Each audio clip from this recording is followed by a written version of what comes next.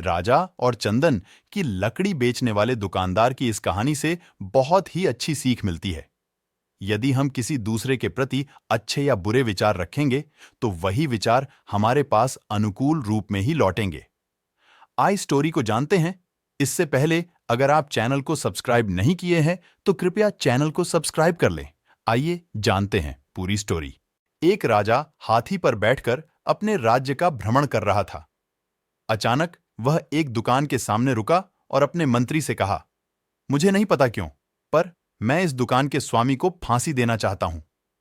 यह सुनकर मंत्री को बहुत दुख हुआ, लेकिन जब तक वह राजा से कोई कारण पूछता, तब तक राजा आगे बढ़ गया। अगले दिन मंत्री उस दुकानदार से मिलने के लिए एक साधारण नागरिक के वेश में उसकी दुकान पर पहुंचा। उसने दुकानदार से ऐसे ही पूछ लिया कि उसका व्यापार कैसा चल रहा है। दुकानदार चंदन की लकड़ी बेचता था। उसने बहुत दुखी होकर बताया कि मुश्किल से ही उसे कोई ग्राहक मिलता है। लोग उसकी दुकान पर आते हैं, चंदन को सूंघते हैं और चले जाते हैं। वे चंदन की गुणवत्ता की प्रशंसा भी करते हैं, पर खरीदते कुछ नहीं। अब उसकी आशा केवल इस बात पर टिकी है कि राजा जल्दी ही मर जाए। उसकी अंत्येष्टि के लिए बड़ी मात्रा में चंदन की लकड़ी खरीदी जाएगी। वह आसपास अकेला चंदन की लकड़ी का दुकानदार था, इसलिए उसे पक्का विश्वास था कि राजा के मरने पर उसके दिन बदलेंगे। अब मंत्री की समझ में आ गया कि राजा उसकी दुकान के सामने क्यों रुका था और क्यों दुकानदार को मार डालने की इच्छा व्यक्त की थी। शायद दुकानदार के नकारात्मक विचारों की तरंगों ने राजा पर वैसा प्रभाव डाला था, जिसने उसके बदले में दुकानदार के प्रति अपने अंदर उसी तरह के नकारात्मक विचारों का अनुभव किया था। बुद्धिमान मंत्री ने इस विषय पर कुछ क्षण तक विचार किया। फिर उसने अपनी पहचान और पिछले दिन की घटना बताए, बिना कुछ चंदन की लकड़ी खरीदने की इच्छा व्यक्त की। दुकानदार बहुत खुश हुआ। उसने चंदन को अच्छी तरह कागज में लपेटकर मंत्री को दे दिया।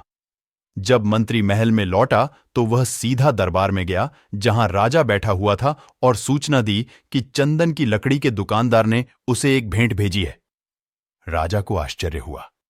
जब उसने बंडल को खोला तो उसमें सुनहरे रंग के श्रेष्ठ चंदन की लकड़ी और उसकी सुगंध को देखकर बहुत प्रसन्न हुआ। प्रसन्न होकर उसने चंदन के व्यापारी के लिए कुछ सोने के सिक्के भिजवा दिए। राजा को यह सोचकर अपने हृदय में बहुत खेद हुआ कि उसे दुकानदार को मारने का अवांछित विचार आया था। जब दुकानदार को राजा से सोने के सिक्के प्राप्त हुए तो वह भी आश्चर्यचकित हो गया।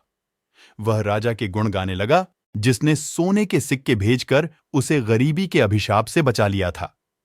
कुछ समय बाद उसे अपने उन कलुषित विचारों की याद आई जो वह राजा के प्रति सोचा करता था। उसे अपने व्यक्तिगत स्वार्थ के लिए ऐसे नकारात्मक विचार करने पर बहुत पश्चाताप हुआ।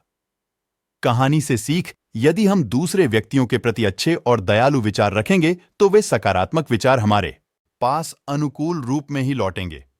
लेकिन यदि हम बुरे विचारों को पालेंगे तो वे विचार हमारे पास उसी रूप में लौटेंगे। कर्म क्या है?